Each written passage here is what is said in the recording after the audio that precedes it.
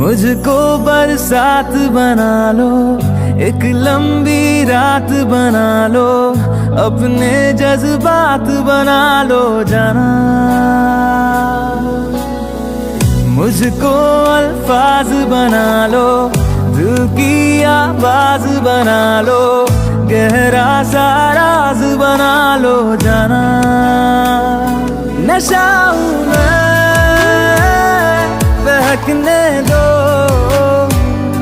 मेरे कातिल, मुझे जीने का हक तो दो। मुझको बरसात बना लो, एक लंबी रात बना लो, अपने जज्बात बना लो जाना।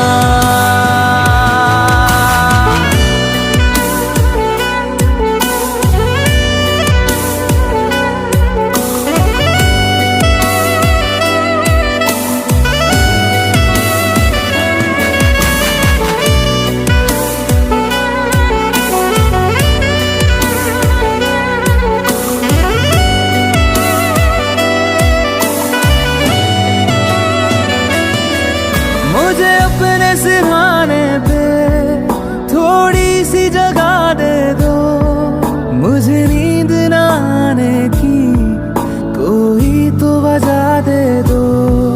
मुझे अपने सिरहाने पे थोड़ी सी जगह दे दो, मुझे नींद न आने की कोई तो वजह दे दो। लिपटने दो मेरे कातिल, मुझे जीने का हक तो दो। मुझको बरसात बना लो, एक लंबी रात बना लो, अपने जज्बात बना लो जाना।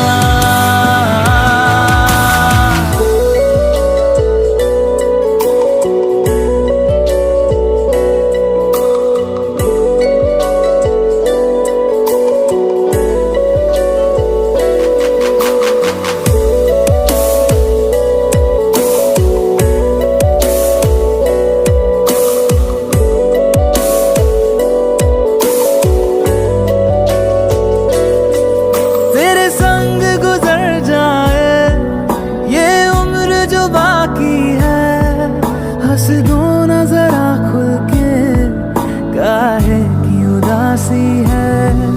तेरे संग गुजर जाए ये उम्र जो बाकी है, हंस दो ना जरा खुल के, काहे की उदासी है।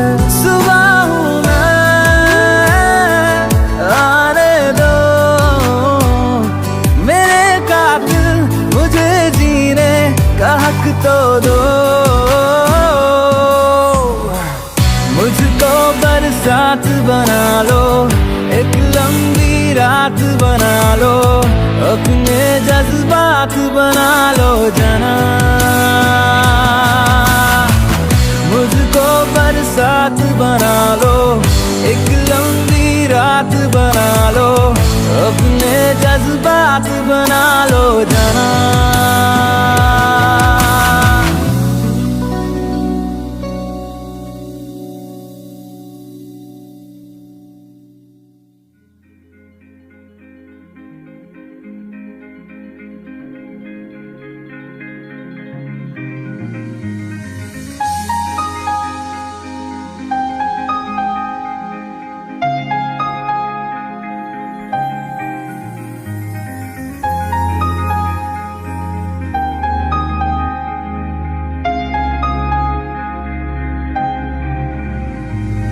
कैसे कहूँ इश्क में तेरे कितना हूँ बेताब मैं, आँखों से आंखें मिला के चुरा लूं तेरे ख्वाब में। कैसे कहूँ इश्क में तेरे कितना हूँ बेताब मैं। आँखों से आंखें मिला के चुरा लूं तेरे ख्वाब में। मेरे साए है साथ में यारा जिस जगह तुम हो। मैं जो जी रहा हूँ वजह तुम हो, वजह तुम हो। मैं जो जी रहा हूँ वजह तुम हो, वजह तुम हो।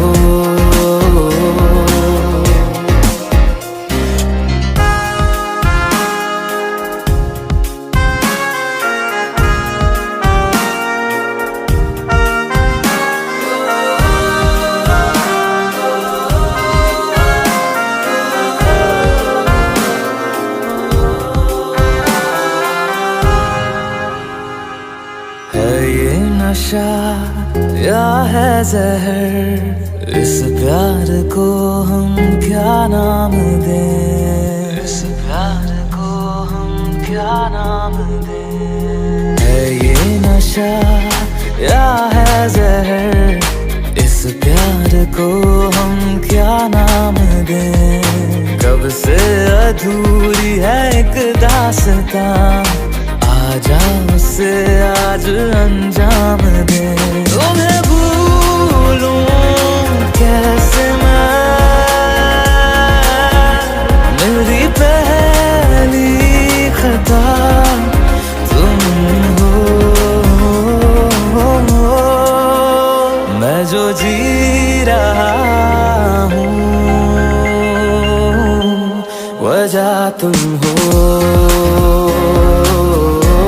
वजह तुम हो। मैं जो जी रहा हूँ वजह तुम हो, वजह तुम हो।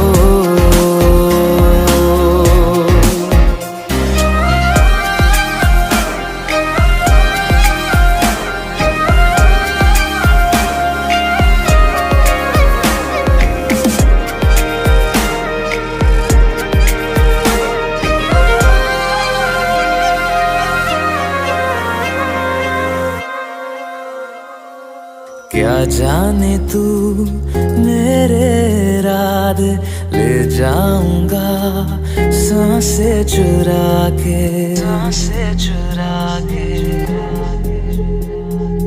क्या जाने तू मेरे इरादे ले जाऊंगा सांसें चुरा के। दिल कह रहा है गुनहगार बन जा, बड़ा चैन है इन गुनाहों से आगे। मैं गुमशुदा सी रात हूँ, मेरी खुशनुमा सुबह तुम हो। मैं जो जी रहा हूँ वजह तुम हो, वजह तुम हो। मैं जो जी रहा हूँ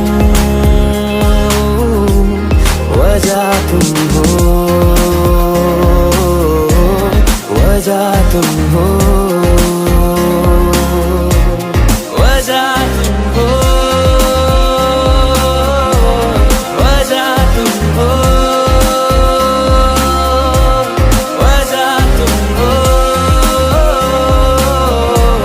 वजह तुम हो।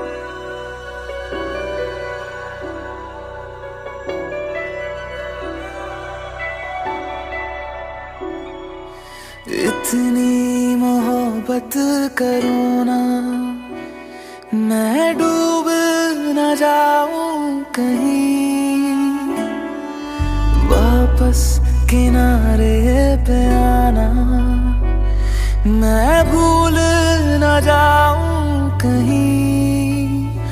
देखा जब से चेहरा तेरा, मैं तो हफ्तों से सोया नहीं। बोल दो ना जरा दिल में जो है छिपा, मैं किसी से कहूँगा नहीं। बोल दो ना जरा दिल में जो है छिपा, मैं किसी से कहूँगा नहीं, मैं किसी से कहूँगा नहीं।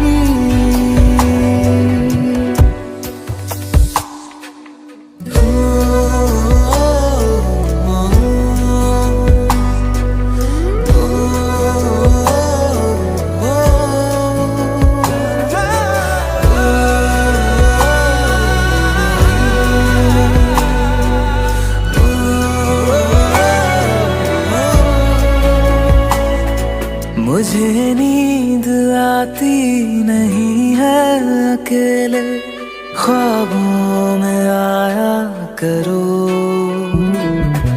नहीं चल सकूंगा तुम्हारे बिना मैं, मेरा तुम सहारा बनो। एक तुम्हें जाने के अलावा और कुछ हमसे होगा नहीं। बोल दो ना जरा दिल में जो है छिपा, मैं किसी से कहूँगा नहीं। बोल दो ना जरा दिल में जो है छिपा, मैं किसी से कहूँगा नहीं, मैं किसी से कहूँगा नहीं।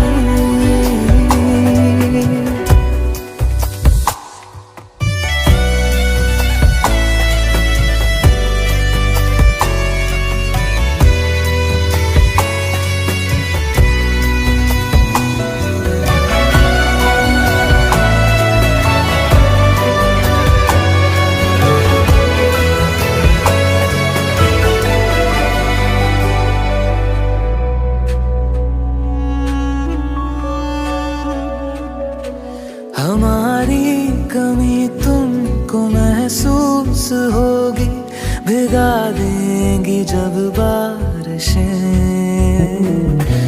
मैं भर कर के लाया हूँ आँखों में अपनी अधूरी सी कुछ ख्वाहिशें। रूह से जाने वाले आशिक बातें जिस्मों की करते नहीं। बोल दो ना जरा दिल में जो है छिपा, मैं किसी से कहूँगा नहीं। बोल दो ना जरा दिल में जो है छिपा, मैं किसी से कहूँगा नहीं, मैं किसी से कहूँगा नहीं।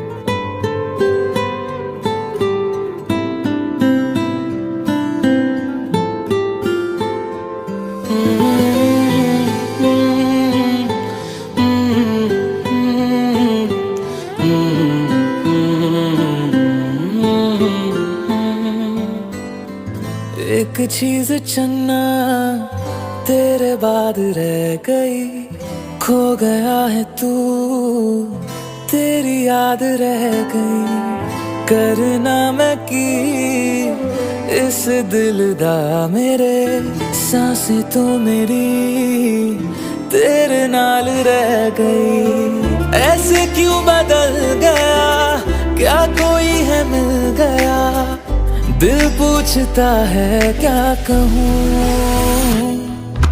टुटे टुटे ख्वाबा विच दिसदा है तू, मैनू छड्ड अज कल किसदा है तू।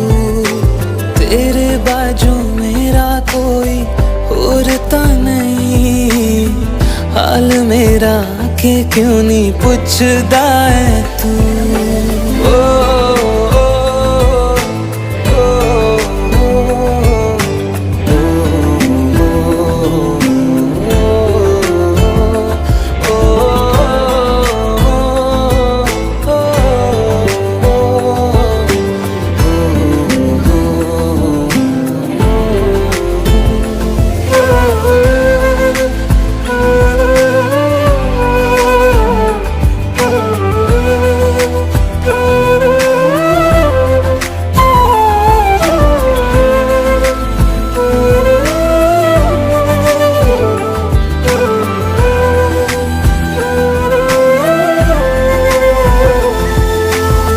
तेरे हाथों हाथ मेरा छुट गया क्यों, मैं तेरे भरोसे पूरा जग छड्या।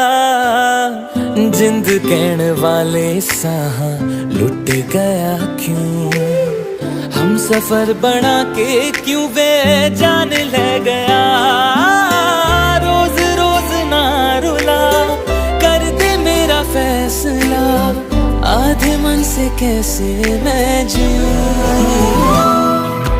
टुटे टुटे ख्वाबा विच दिसदा है तू, मैनू छड्ड अज कल किसदा है तू। तेरे बाजू मेरा कोई और ता नहीं, हाल मेरा के क्यों नहीं पुछदा है तू।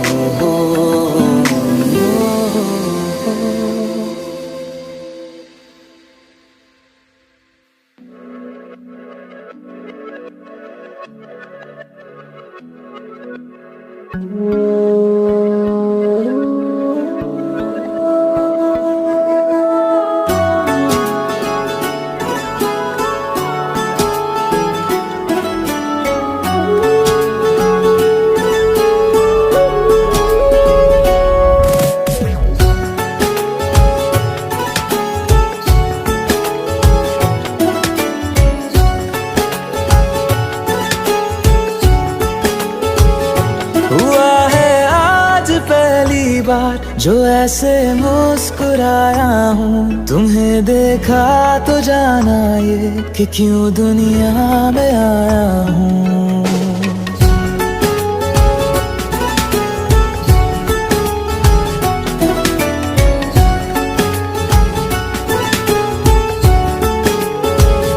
हुआ है आज पहली बार जो ऐसे मुस्कुराया हूँ, तुम्हें देखा तो जाना ये कि क्यों दुनिया में आया हूँ। ये जान ले करके जा मेरी, तुम्हें जीने में आया हूँ। मैं तुमसे इश्क करने की इजाजत रब से लाया हूँ।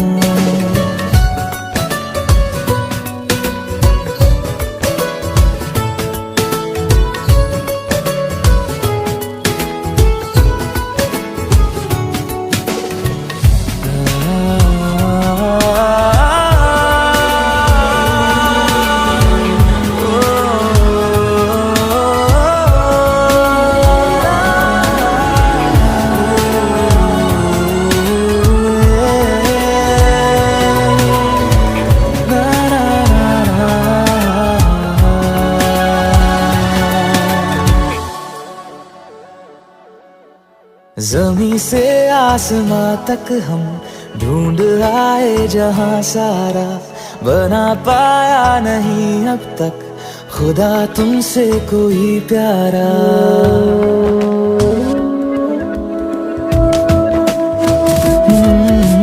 जमीं से आसमां तक हम ढूंढ आए जहां सारा, बना पाया नहीं अब तक खुदा तुमसे कोई प्यारा। बातों में तेरी है बदमाशियाँ, सब पे वजह की है तारीफियाँ। मैं लिख दूँ आसमां पर ये कि पढ़ लेगा जहां सारा, हुआ ना होगा अब कोई यहाँ हम दो सा दोबारा। मैं दुनिया भर की तारीफें तेरे सजदे में लाया हूँ, मैं तुमसे इश्क करने की इजाजत रब से लाया हूँ, रब से लाया हूँ, रब से लाया हूँ।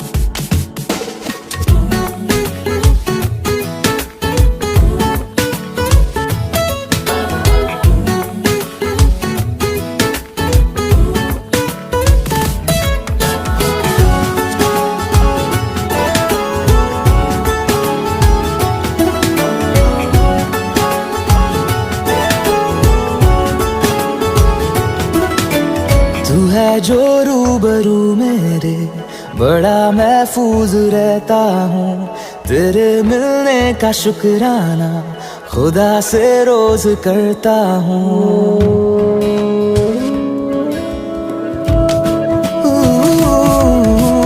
तू है जो रूबरू मेरे, बड़ा महफूज रहता हूँ, तेरे मिलने का शुक्राना खुदा से रोज करता हूँ। हमको पता है ये नादानियाँ हैं, आवारा दिल की है आवारियाँ।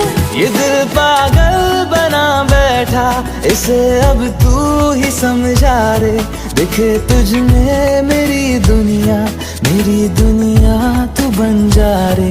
ओ खुशकिस्मत जो किस्मत से तुम्हें ऐसे मैं पाया हूँ, मैं तुमसे इश्क करने की इजाजत रब से लाया हूँ।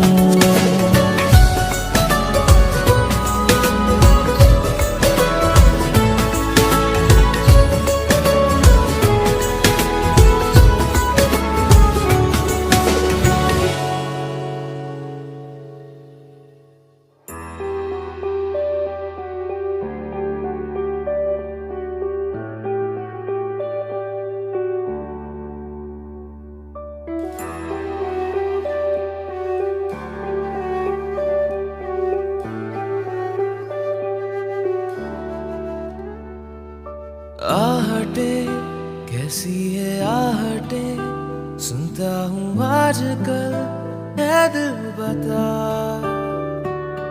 दस्तकें देते हैं दस्तकें, क्यों अजनबी से पल है दिल बता।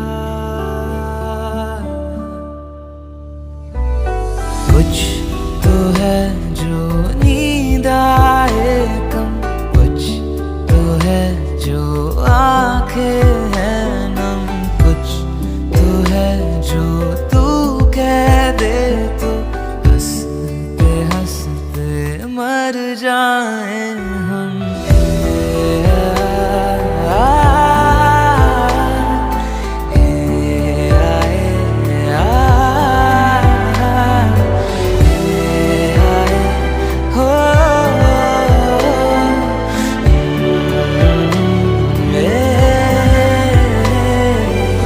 मुझसे ज्यादा मेरे जैसा कोई है तो है तू,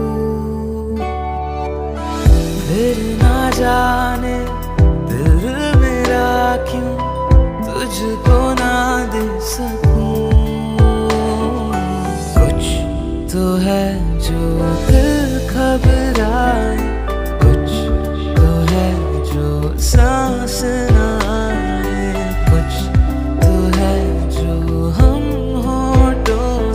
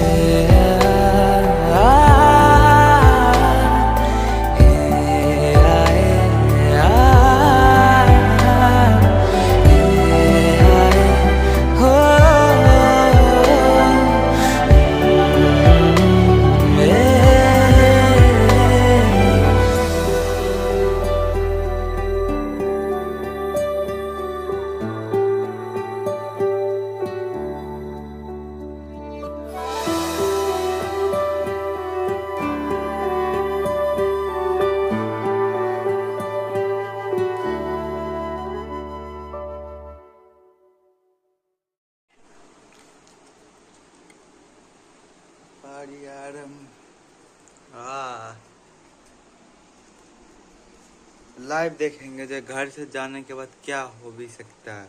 okay,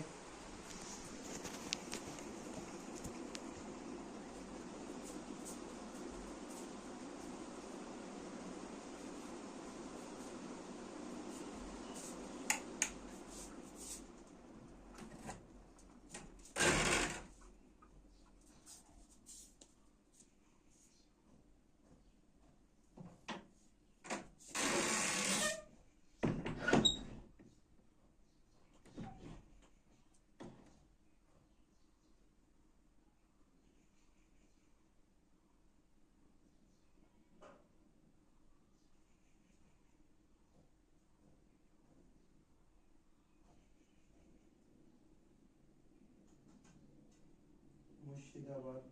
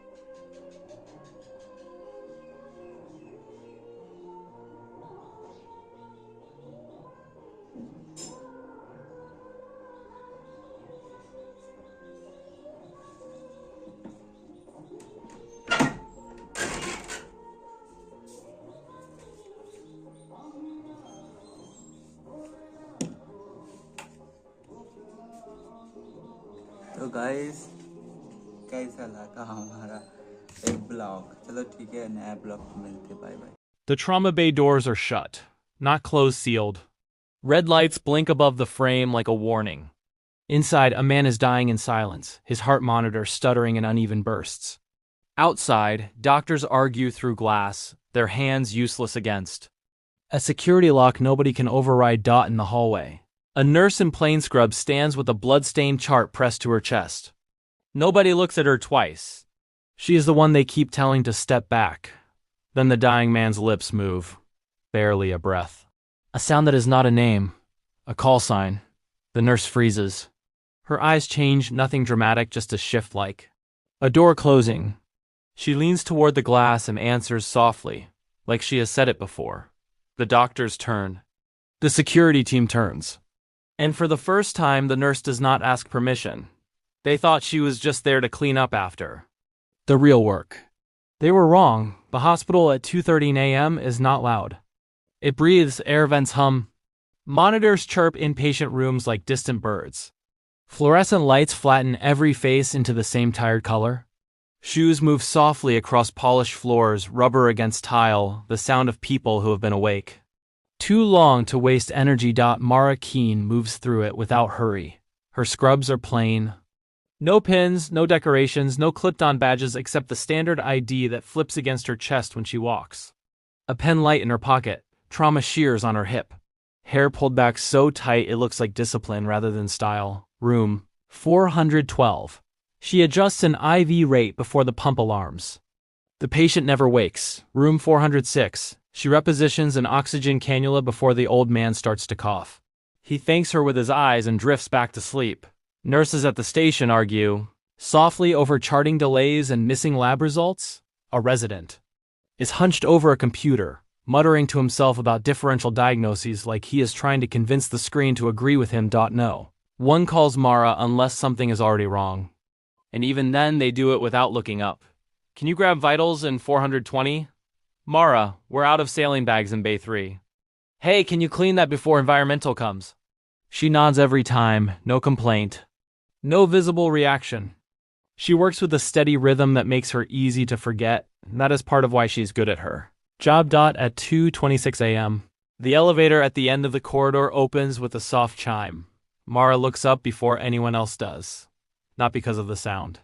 Because of the timing. Elevators that late usually bring a single orderly or a family member who looks lost. This one opens and stays open for 3 seconds too long, then men step out, not in uniforms, dark jackets. Boots that do not belong in a hospital. Their posture is wrong for civilians and too controlled for security guards. They move like they expect resistance, even though the hallway is half asleep. Two of them look around before they move. One of them keeps his hand close to his side like he is used to something being there. Mara does not stare. She lowers her eyes to the chart in her hand and keeps walking, but she adjusts her pace just slightly to pass the elevator as they turn toward the trauma wing. She smells it before she sees it. Metal, blood, fresh and heavy. A gurney rolls out behind them, pushed by paramedics who are breathing hard but saying nothing. The patient on it is covered in a thermal blanket, but it is soaked through near the chest and abdomen. Dark, almost black under the fluorescent light. There is no siren, no shouted report. No chaos. Just urgency so quiet it feels wrong. The resident finally looks up. What is that? Nobody answers him. The gurney wheels move fast toward Trauma Bay 2. The double doors swing open, and for a brief second Mara sees the patient's face. Pale, stubble, lips slightly parted. A tube taped at the corner of his mouth. Eyes closed, but not peacefully. Like someone fighting something even in unconsciousness. Then the doors close. Immediately, a red light above the Trauma Bay frame begins to blink. That is not hospital protocol. Second later, a low mechanical sound hums through the wall, and the electronic lock engages with a hard click. The nurses at the station look up together. Did they just seal the bay? One asks. That's not a thing. Another says. The resident stands. Who authorized that? Mara is already moving. She does not go to the doors. She does not ask questions. She walks to the supply closet 10 feet away and opens it calmly. Scanning shelves, 2 extra saline bags, portable suction kit, backup oxygen regulator. She pulls them out and sets them on a nearby crash cart without explanation. One of the other nurses watches her. "What are you doing?" "Preparing," Mara says. "For what?" Mara does not answer. Through the small reinforced window in the trauma bay door, shadows move quickly. Someone inside is working fast. A monitor tone becomes irregular faster, then slower.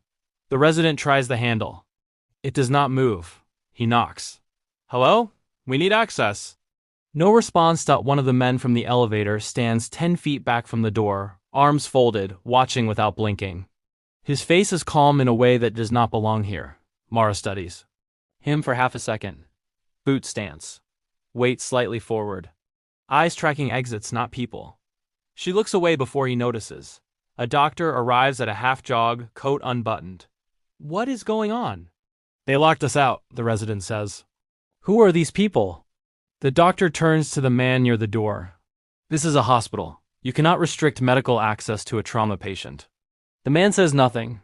The monitor inside the room emits a long, uneven tone. Everyone freezes for a fraction of a second. Mara's eyes flick to the red light above the door. Still blinking. She steps closer to the glass, not enough to challenge, just enough to see Dot inside. Someone is leaning over the patient, hands moving fast, blood on gloves. A suction line already dark. The patient's lips move. Barely. Mara does not realize she has leaned forward until her forehead almost touches the glass. She cannot hear him. But she sees the shape of the word. Not a name, something shorter. Sharper. A call sign. Her breath stops. For a moment so small no one notices. Behind her, the doctor is still arguing. The resident is calling someone on his phone. Nurses whisper.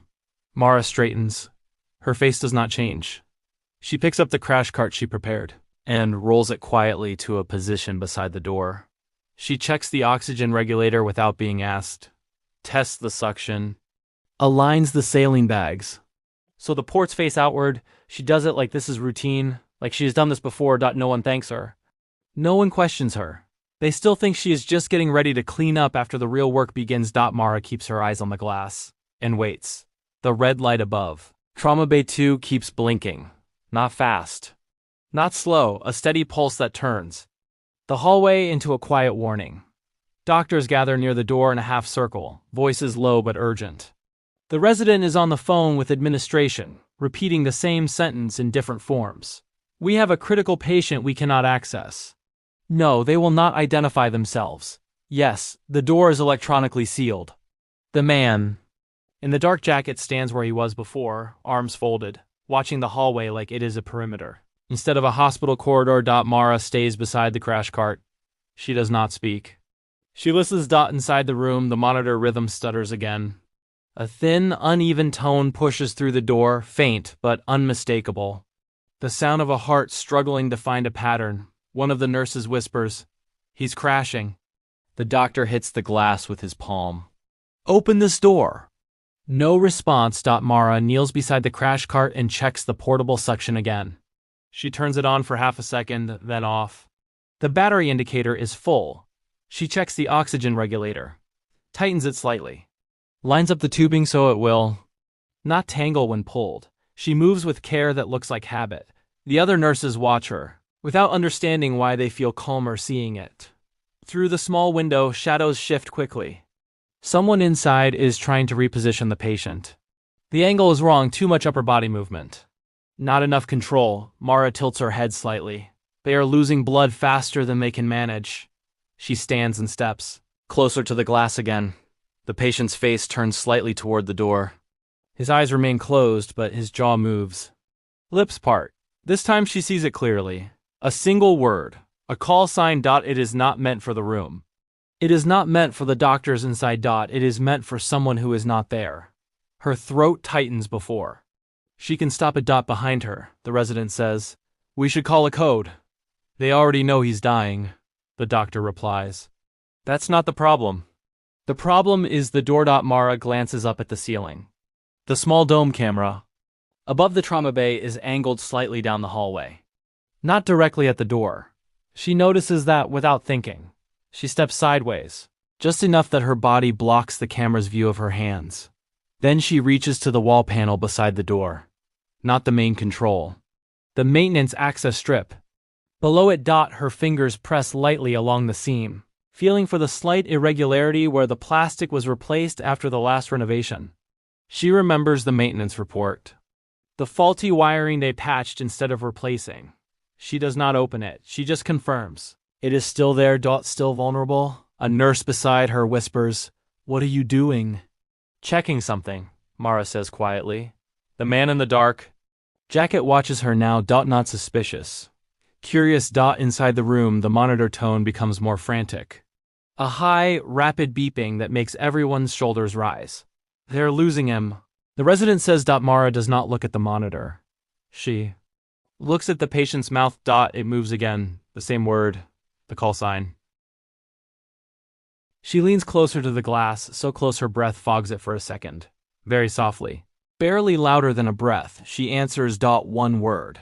The response. The man in the dark jacket reacts before he can hide it. His eyes shift to her sharply, like a reflex he did not choose. For half a second, his posture changes, recognition, not of her face, but of what she just said. Mara straightens as if nothing happened. The doctor turns. "What did you say?" "Nothing," she replies. The hallway feels tighter now, smaller. 2 more men arrive from the elevator. They do not speak to anyone. They stand near the first man, forming a quiet wall between the staff and the door. The resident lowers his phone slowly. "Administration says they've never seen this protocol before." Mara nods once, as if that confirms something for her. She picks up the oxygen tubing from the crash cart and drapes it over her arm, measuring the distance to the door without. Looking obvious, she checks the saline ports. Again, her movements are not nervous, they are preparatory. The doctor watches her. "Mara, what are you planning?" She meets his eyes for the first time tonight. "Being ready when that door opens," she says. Another long, uneven tone comes from inside the room. This one lasts longer. No one speaks. Mara keeps her gaze on the glass. And waits for the moment they cannot control anymore. The hallway no longer feels like part of the hospital. It feels like a border. Staff who pass through slow down without understanding why. They lower their voices. They avoid looking at the red light above Trauma Bay 2 as if eye contact might involve them in something they do not want to touch. 2 more men arrive from the elevator. They do not wear badges, no hospital ID, no visible rank.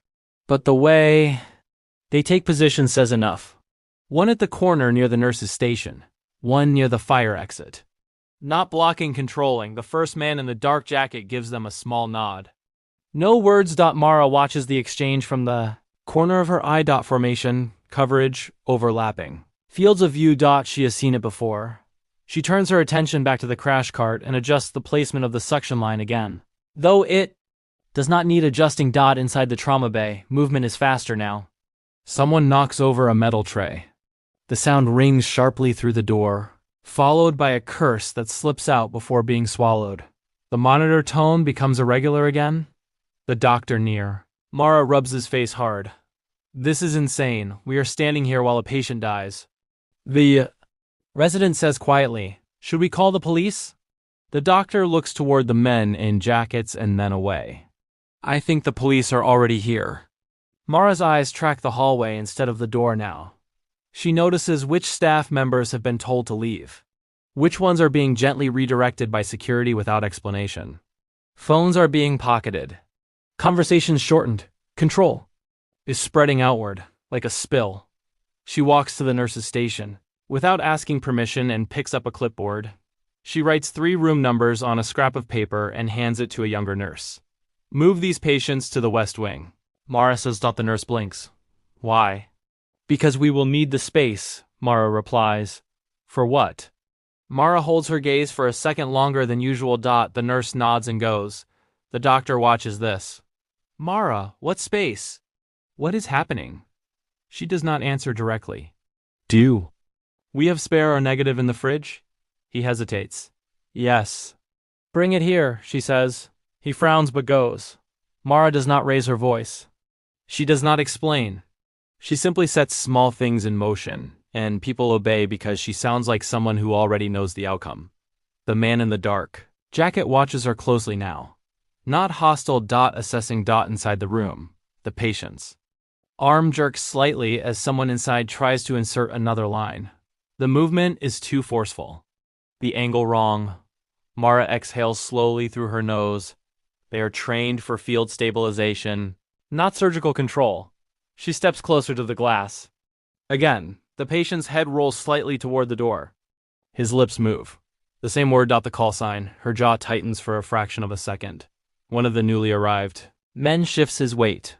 His eyes flick to her, then to the first man as if silently asking a question. The first man does not answer. But he does not look away from Mara either. The doctor returns with the blood packs. Here. Mara sets them on the crash cart carefully, lining them beside the saline. She checks expiration dates without thinking. The resident whispers, "Why do we need blood out here if we can't even get in?" Mara answers quietly, "Because this will fail." He looks confused. "What will?" She does not respond. A hospital. Administrator appears at the end of the corridor, breathless and irritated. What is going on here? Why is this area restricted? One of the men in jackets steps forward and shows something quickly too. Fast to read. The administrator's posture changes instantly. He lowers his voice, nods, steps back. Mara watches that carefully. Authority recognized without question. She catalogs it without reacting. Inside the room, the monitor flatlines for half a second. A long, steady tone. Everyone in the hallway stops moving. Then frantic motion inside. Hands pumping. Someone shouting, "Clear." A muffled thump. The tone breaks into chaotic. Beeping again. They brought him back, but not for long. Mara's fingers rest lightly on the crash cart handle. Her grip is steady. She looks at the maintenance scene beside the door again. Measures the distance. Counts silently. The man in the dark jacket walks toward her for the first time. He stops an arm's length away. "Ma'am," he says calmly, "you need to step back from the door." Mara looks at him. Up close, she can see the faint crease of old sunburn at his neck. The way his eyes never fully settle. She nods once, but she does not move. Instead, she asks very quietly, "How long has he been out?" The man studies her face. "That is not your concern." Her eyes do not change. "It is if you want him alive." A pause. Small, heavy. He does not answer. Behind the glass, the patient's lips move again. Mara does not look away this time. She whispers the response again, barely audible. The man hears it clearly, and this time, he does not hide the recognition. The monitor inside Trauma Bay 2 loses rhythm again, not a flat line, worse. An erratic pattern that makes no medical sense. Too fast, then too slow, as if the heart cannot decide whether to fight or stop. The sound leaks through the door, in uneven pulses. Everyone in the hallway feels it. The doctor steps forward again, anger rising past caution. He hits the glass with his palm. "Open this door now. He is dying in there." One of the men in dark jackets shifts his stance slightly, placing himself between the doctor and the handle without touching him. "Sir, step back. This is a hospital," the doctor snaps. "You cannot keep us from a patient." Mara does not look at either of them. Her eyes are fixed on the patient. Inside, someone tries to intubate again. The angle is off. The patient's head is tilted too far. Blood obscures part of the view. The suction line is not clearing fast enough. She exhales slowly. They are working hard. They are not working correctly. The patient's lips move again. This time, there's no mistaking it. The call sign. Clear. Deliberate. Not random. Mara steps closer to the glass until her shoulder almost touches it. Very softly, with no drama, she answers. The response is a single word. It leaves her mouth like something practiced long ago. Inside the room, the patient's body reacts. A small movement. A tightening of the jaw. A faint attempt to turn his head toward the sound. It is not enough to help him. But it is enough for the men in the hallway to see. The first man in the dark jacket looks at Mara as if a door has opened in his mind that he did not expect to find. "Where? Did you hear that?" he asks. Mara does not look at him. From him. That is not possible. She finally turns her head slightly. He just said it. The doctor looks between them, confused. "What are you talking about?" No one answers him. Inside, someone shouts, "We're losing pressure." Another voice. "I can't see suction. Suction." The monitor spikes into a high, panicked alarm. Mara's fingers tighten on the crash cart handle. She watches the angle of the patient's chest. The way the person inside is pressing down too high. The way they are trying to compensate without realizing the source of the bleeding. She sees the mistake. She knows exactly what is happening. And she knows they will not fix it in time. The doctor pounds the glass again. Let us in. The first man speaks into a small radio at his collar, voice low and controlled. Status. A reply comes too faint to hear. His jaw tightens. Mara's voice is calm when she speaks. They are compressing above the injury. He looks at her sharply. What? They are losing blood faster than they think because they cannot see the source. They are pressing in the wrong place.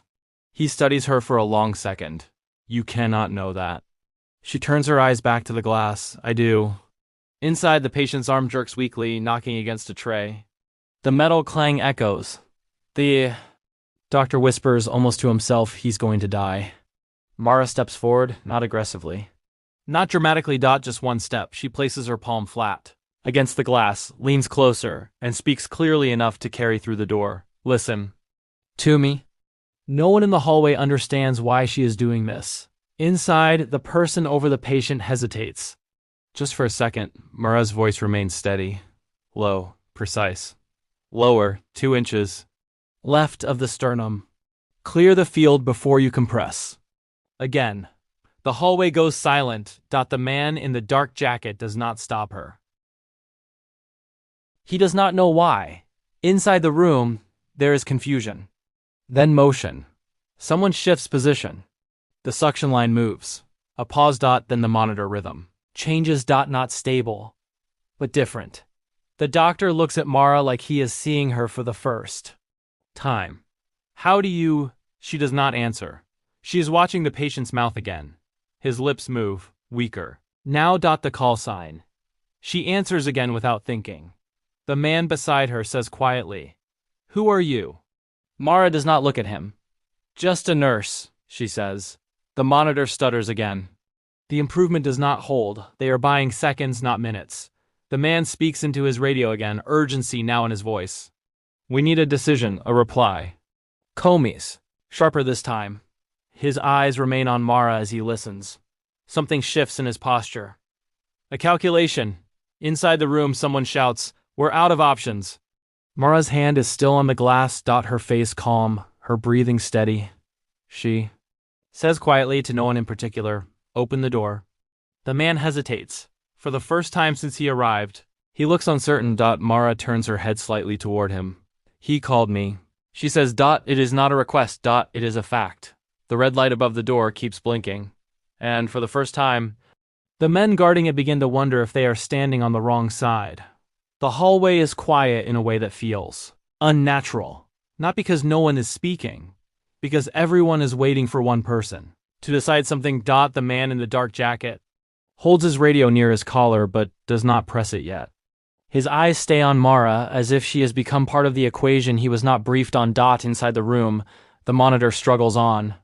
The tone rises and falls like a body trying to breathe underwater. Mara removes her hand from the glass. She does not rush. She does not plead. She turns to the crash cart and checks the oxygen line one more time. Her fingers move with slow certainty. She untangles a loop in the tubing that no one else would have noticed until it snagged. The doctor watches her. "Mara, tell me what is happening." She meets his eyes briefly. They are trained to keep him alive long enough to move him, not long enough to save him. The words land heavily. The man in the jacket presses his radio. "I need confirmation." On a change of access protocol. A pause, static. A reply too faint to understand. His jaw tightens. "Yes, sir, she is here." Mara does not react. The resident whispers. "She?" No one answers. The man lowers the radio slowly. He studies Mara's face like he is comparing it to a photograph in his memory. "What is your name?" He asks. "Mara." She replies, full name. She holds his gaze without tension. "Mara Keene." He repeats it softly, as if testing how it feels. Then nods once, almost to himself. Inside the room, someone shouts, "He's dropping again." The monitor spikes into alarm. Mara steps closer to the door again, but this time she looks at the wall panel beside it. The maintenance seam. She presses her thumb lightly. against the edge. Then she looks at the man. You patched this after the renovation, she says quietly. The override line runs behind this panel.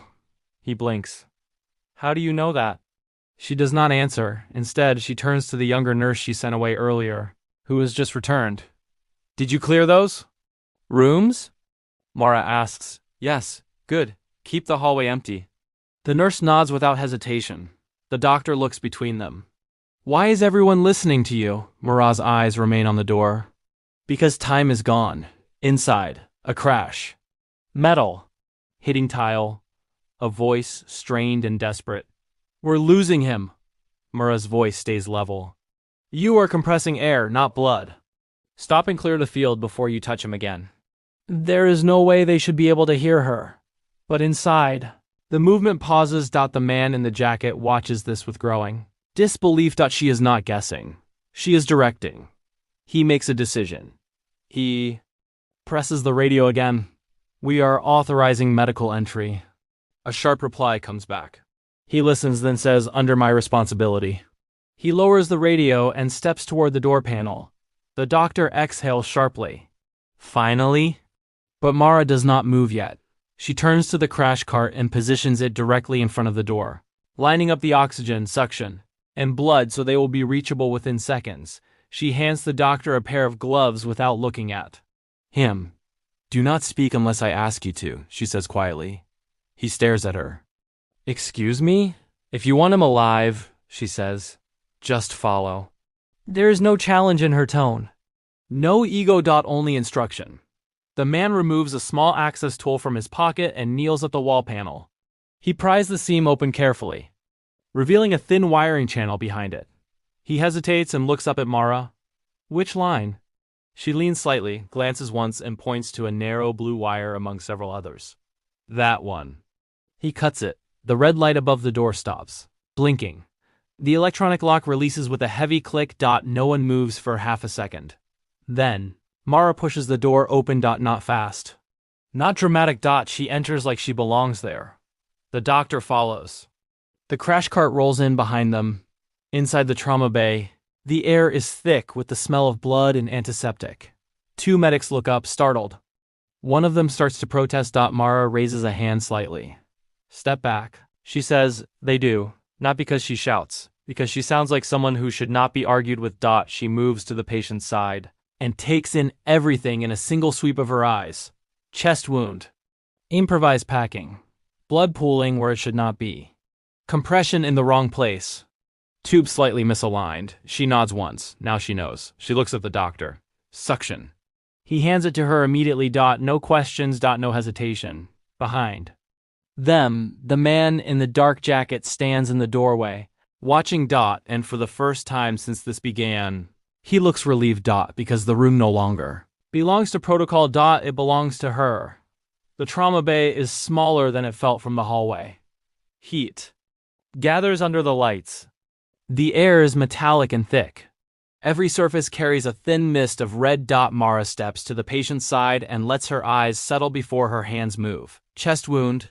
High left quadrant. Packing done fast, not precise. Blood has seeped past it, in slow, steady pulses. The intubation tube is in, but angled poorly. Oxygen is flowing, but not efficiently. The monitor above the bed flickers with a rhythm that cannot hold. She sets the suction tip into the doctor's hand and guides it without looking at him. Clear the field. Do not touch the packing yet. He obeys. The medics inside the room step back, breathing hard, faces pale. One of them starts to explain what they did. Mara shakes her head once. Not now. She leans over the patient. Up close, she sees how young he really is. Older than a boy, younger than he should be for the damage he carries. Stubble along the jaw. A faint scar near his temple that has nothing to do with tonight. His lips move again, the call sign, weaker now. Almost gone. She bends closer to his ear. I hear you, she says quietly. His jaw tightens. Just a fraction. Enough. She adjusts the angle of the tube with 2 fingers, gentle and precise. The oxygen reading climbs slightly. Good, she murmurs, not to him, not to anyone. Just an acknowledgement. The doctor clears the blood. The source becomes visible. She exhales slowly. Lower, she says. 2 inches, that's where you hold pressure, not above it. He shifts his hand. The bleeding slows. Not stops, slows. The monitor steadies by a degree so small it would be invisible to someone not looking for it. Mara's hands move to the packing. She does not rip it out. She eases it back, millimeter by millimeter, watching how the blood responds. The room is silent except for breathing and the monitor's uneven rhythm. Behind her, one of the men in jackets steps inside the doorway. He watches like he is witnessing something he did not expect to see in this building. Mara speaks without turning. Close the door. He does. The room becomes its own world. She replaces the packing with fresh gauze from the crash cart, pushing it into the wound with calm, firm pressure. Not rushed. Not hesitant. Her hands are already soaked. The doctor whispers, "We need surgery." "Yes," she says. "But he won't survive the hallway." She glances at the blood packs. "Hang O negative now." He moves quickly. One of the medics says quietly, "They wanted to move him." Mara nods once. "I know." She does not sound angry. She sounds certain. The patient's chest trembles under her hands. His heart tries to race ahead of his blood supply. She adjusts her pressure slightly. "Stay with me," she says very quietly. Not encouragement. Not comfort. Instruction. A knock sounds against the door. Mara does not look. The man near the door opens it slightly. Another voice from the hallway, tense and urgent. "We have orders to relocate the patient. Now." The doctor looks up, startled. "What?" Mara's voice does not change. "Tell them no." The man hesitates. "Ma'am," she finally turns. Her head, her eyes are calm, but there is something behind them that makes him stop speaking. "If you move him," she says, "he dies in the elevator." The man studies her face for a long second.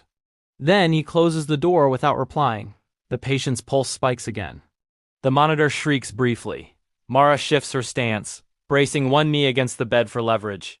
She adjusts the gauze. Pressure with exact control, feeling the bleed slow under her palm. The doctor hangs the blood. The line fills dark and fast. "Good," she says again. Her voice remains level, measured, but sweat has begun to form along her hairline. A thin line sliding toward her temple that she does not notice. She looks at the oxygen regulator. Increase flow by 2. The doctor does. The patient's lips move again. She leans closer, the call sign fainter than before. She answers it just as quietly. And for the first time, her voice wavers by a fraction of a tone. The medic hears it. Looks at her differently. The knock at the door comes again, harder this time. The man in the jacket opens at a crack. A sharper voice outside. "That is a direct order." Mara does not raise her voice. "Give me 5 minutes." The man hesitates. She, "It's still working. You will not need to move him if I do my job." A pause outside. Then silence. The door closes again. Mara adjusts the packing one final time. The bleeding has slowed to a controlled seep instead of a flood. She nods to herself. "Now we can move him," she says quietly. The doctor looks at her, confused. "You just said now," she repeats, "because now he might survive it." She straightens slightly, her back protesting from the position she has held too long. She does not show it. Her gloves are dark red to the wrists. She looks at the patient's face. "You're not done yet," she says softly. Not a promise, a statement. Behind her, the man at the door watches in silence, and he understands, finally, that whatever authority brought him here tonight is not the one controlling this room. She is. They prepare to move. Him. Not quickly. Carefully. The doctor checks the lines twice. The medics position the portable monitor. One of the men in jackets opens the door and clears the hallway with a glance that makes staff step aside without being told. Mara does not step away from the bed. Her hand remains on the packing inside the wound, holding the fragile balance she created. "If I remove my hand, he bleeds out," she says calmly. "So I'm going with him." The doctor looks at her. "You can't." She meets his eyes. "You want him alive." He nods once. They begin to roll. The gurney moves into the hallway, and the red light above the trauma bay is still off. It will not blink again tonight. The corridor is empty because Mara cleared it earlier. That is why she cleared it. The elevator waits open at the end like a mouth. Mara walks beside the bed, bent slightly, her arm steady, fingers inside the wound. Keeping pressure where no device can. The man in the jacket walks ahead, clearing space. Another follows behind. They look like they are escorting something more than a patient inside the elevator. It is tight. The doors close with a soft mechanical sound that feels louder than it should. The doctor whispers, "This is not safe." Mara does not look at him. Neither is dying. The patient's lips move again, the call sign. She answers it, quieter now. Closer to his ear. Her hand begins to ache from the constant pressure. Her shoulder burns. She does not shift. The elevator descends one floor to the surgical wing. Halfway down, the monitor flickers wildly again. The doctor panics. He's crashing. Mara adjusts her fingers inside the wound without looking. A slight change in angle. "Not yet," she says. The rhythm stabilizes just enough. The doctor stares at her hands like he is watching something impossible. The doors open. A surgical team waits, confused and unprepared for what they are seeing. Blood, security, a nurse with her arm buried in a chest wound. OR is ready. Someone says. Mara does not let go. They roll him directly inside. Bright lights. Stainless steel. The smell of sterile air. A surgeon steps forward. "What happened, Mara?" Interrupts quietly. "Listen carefully. The bleed is here. Not where you think. If you open high, you lose him." The surgeon pauses, looks at her face. Something in her expression makes him nod without arguing. She keeps her hand there while they prep, while they drape, while they cut around her.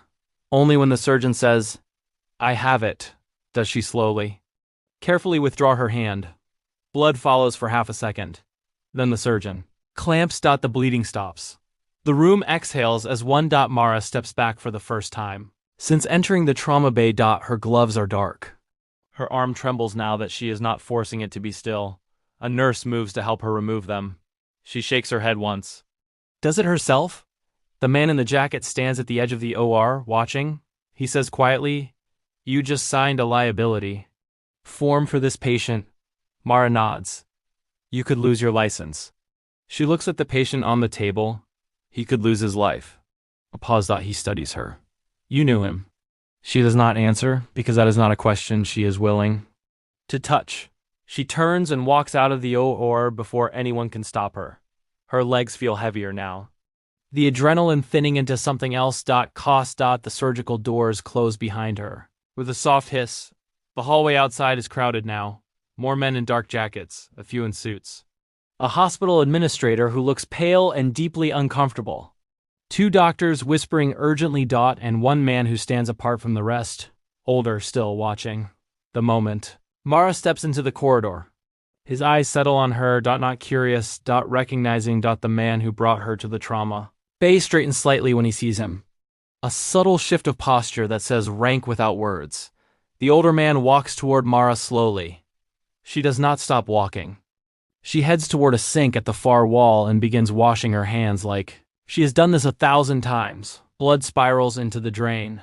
The man stops a few feet behind her. Double quotes Miss Keene. He says. Her shoulders pause for half a second at the sound of her full name. Then she continues washing. Yes. His voice is calm, measured. You should have been informed. She dries her hands carefully with a paper towel before turning. For what? She asks.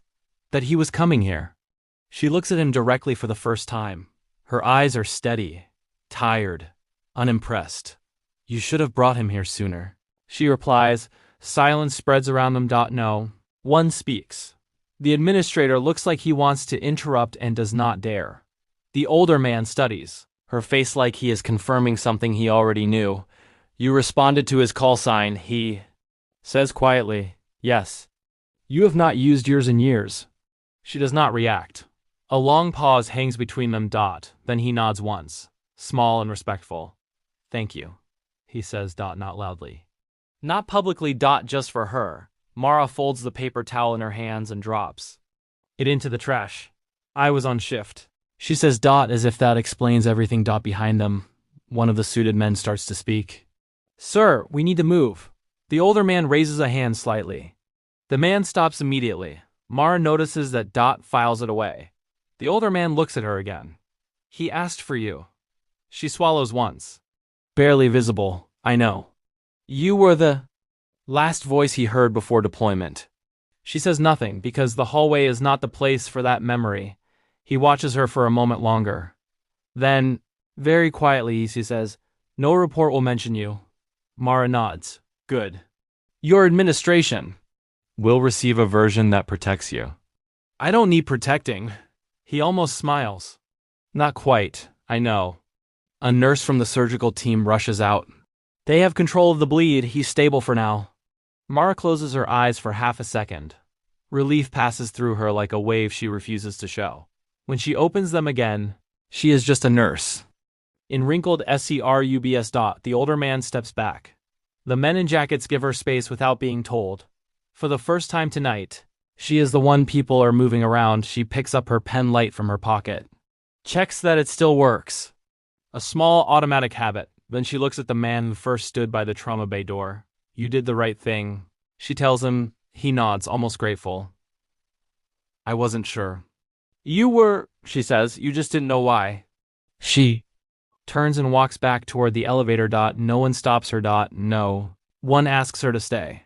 Because whatever authority filled this hallway a moment ago has already shifted away from her. And she prefers it that way. By the time Mara returns to her floor, the hospital has returned to its usual night rhythm. Monitors chirp softly. Lights hum.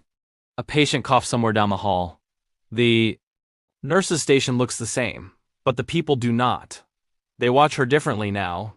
The resident stands when she approaches, unsure whether to speak. The doctor who argued at the glass opens his mouth, then closes it again. Mara picks up her chart where she left it. Room 412 still needs a fluid check. Room 406 still needs repositioning. She resumes her work without comment. The younger nurse approaches. Quietly. "Is he?" "He's in surgery," Mara says. "Alive." The nurse nods, eyes wide with something like awe. Mara does not acknowledge it. An administrator appears briefly, holding a clipboard. "We will need statements about earlier." Mara nods. "Of course." She writes hers in neat, simple sentences. No extra detail. No names. No emphasis. Just facts. When she finishes, her hand aches in a way she did not notice before. She flexes her fingers once. They are bruised from the pressure she held for too long. She returns to room 412 and adjusts the IV rate before the alarm sounds. The patient never wakes. At shift change, Mara washes her hands one last time. The water runs clear. She removes her badge, tucks it into her bag, and walks toward the exit as morning light begins to thin the darkness outside. Near the doors, the man from the trauma bay stands waiting. He does not speak. He simply gives her a small nod. Professional, respectful, quiet. She nods back. Then she steps outside into the cold morning air. Like this night was no different from any other. Behind her, the hospital continues breathing, and no one says her name.